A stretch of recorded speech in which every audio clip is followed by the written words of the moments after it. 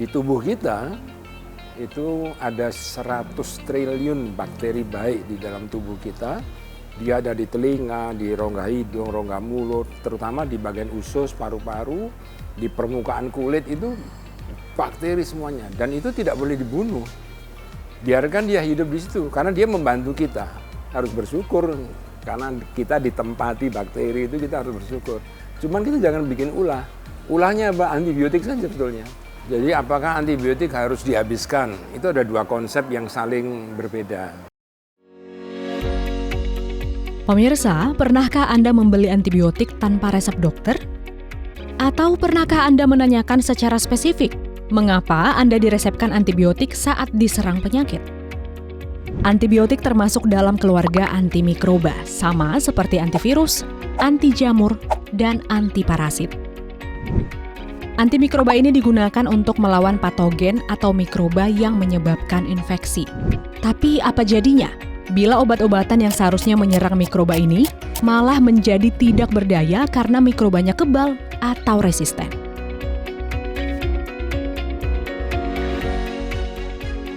Meskipun resistensi antimikroba dapat terjadi secara natural, namun penyalahgunaan dan penggunaan antimikroba yang berlebihan turut memicunya. Ketika menggunakan obat-obatan ini dengan sembarangan, maka obat akan kehilangan efektivitasnya. Misalnya saja antibiotik. Ibarat pedang bermata dua, mengonsumsi antibiotik tak hanya membunuh bakteri penyebab penyakit, namun juga mengancam bakteri baik dalam tubuh. Selain itu, bakteri yang sudah resisten terhadap antibiotik akan tetap bertahan, bahkan bermutasi hanya sekitar 20 menit saja. Ketika bakteri resisten mendominasi, maka bakteri baik akan kalah. Keadaan ini menjadi masalah global, yang awalnya disebut sebagai pandemi senyap lalu berubah menjadi grand pandemi. Karena tumbuh dengan cepat dan tingginya angka korban yang meninggal. Sementara itu, hasil survei kesehatan Indonesia di 18 provinsi tahun 2023 menunjukkan sebanyak 41% masyarakat memperoleh antibiotik tanpa resep dokter yang bersumber dari apotek atau toko obat berizin. Yang paling rendah di sana apa?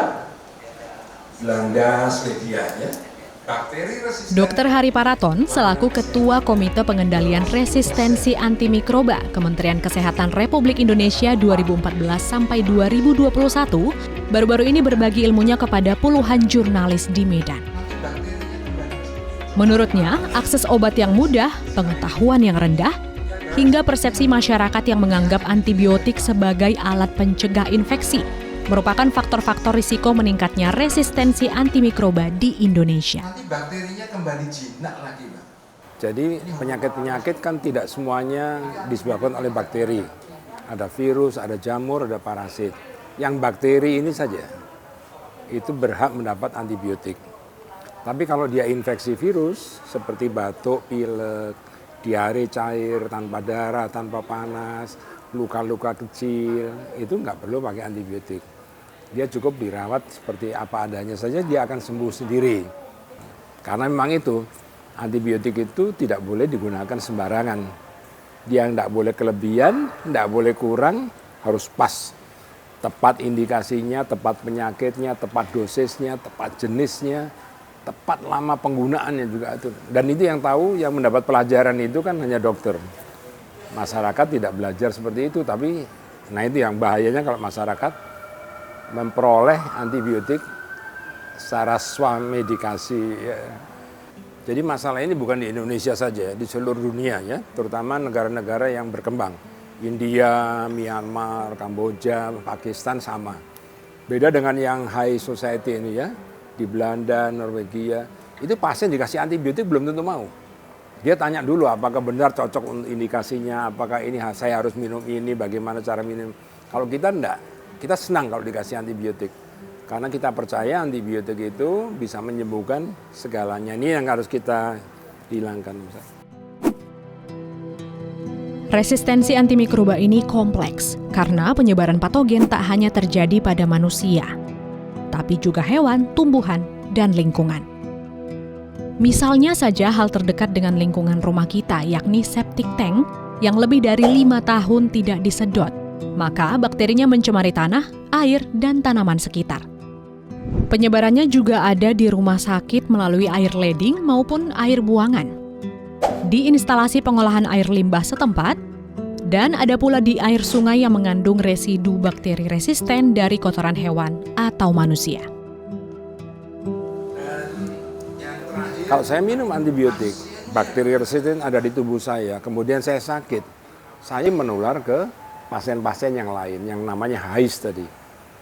Healthcare Associated Infeksi. Infeksi yang didapat saat saya di rumah sakit. Saya bisa ketularan dari pasien yang lain, saya bisa menulari pasiennya. Ini dampak jahatnya dari bakteri resisten dibandingkan rokok tadi. Nomor 1, jangan sakit. Usahakan jangan sakit. Sebab kalau sakit, ke dokter 70-80% akan dapat antibiotik. Makanya jangan sakit. Ya, preventif.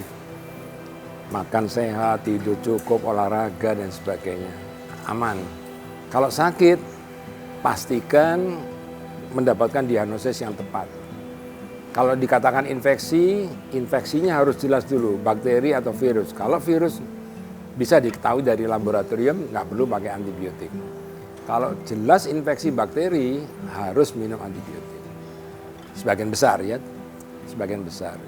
Kalau betul-betul terindikasi infeksi bakteri.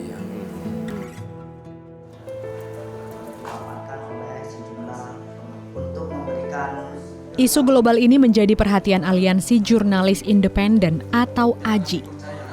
Menurut Tonggo Simangunsong, Ketua AJI Medan, pers berperan penting dalam meningkatkan kesadaran publik akan bahaya penyalahgunaan dan penggunaan antimikroba berlebih. Mungkin karena banyak informasi-informasi baru ya, misalnya soal kasus AMR ternyata di Sumut sangat banyak, sangat tinggi juga. Ternyata penyebaran AMR itu juga, atau pemicu AMR itu juga karena misalnya membuang antibiotik yang sembarangan lalu masih bisa memicu AMR. Ya, berdasarkan Surveillance Indonesia Network in Antimicrobial Resistance, Sumatera menduduki peringkat tertinggi resistensi bakteri E. coli penyebab diare dan bakteri pneumonia. Oleh karena itu, dibutuhkan sinergi lintas kementerian dalam memperlambat laju resistensi, serta regulasi atau aturan bijak dalam peresepan obat antimikroba oleh tenaga kesehatan. Ini semua untuk mencegah ancaman serius bagi ketahanan pangan dan keselamatan umat manusia.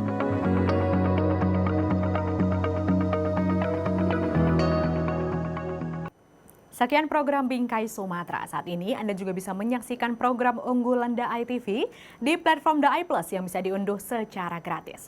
Dan saksikan konten inspiratif serta menenangkan hati dimanapun dan kapanpun. Tetap semangat menyebarkan kebaikan. Saya Windy Nenggolan pamit. Sampai jumpa.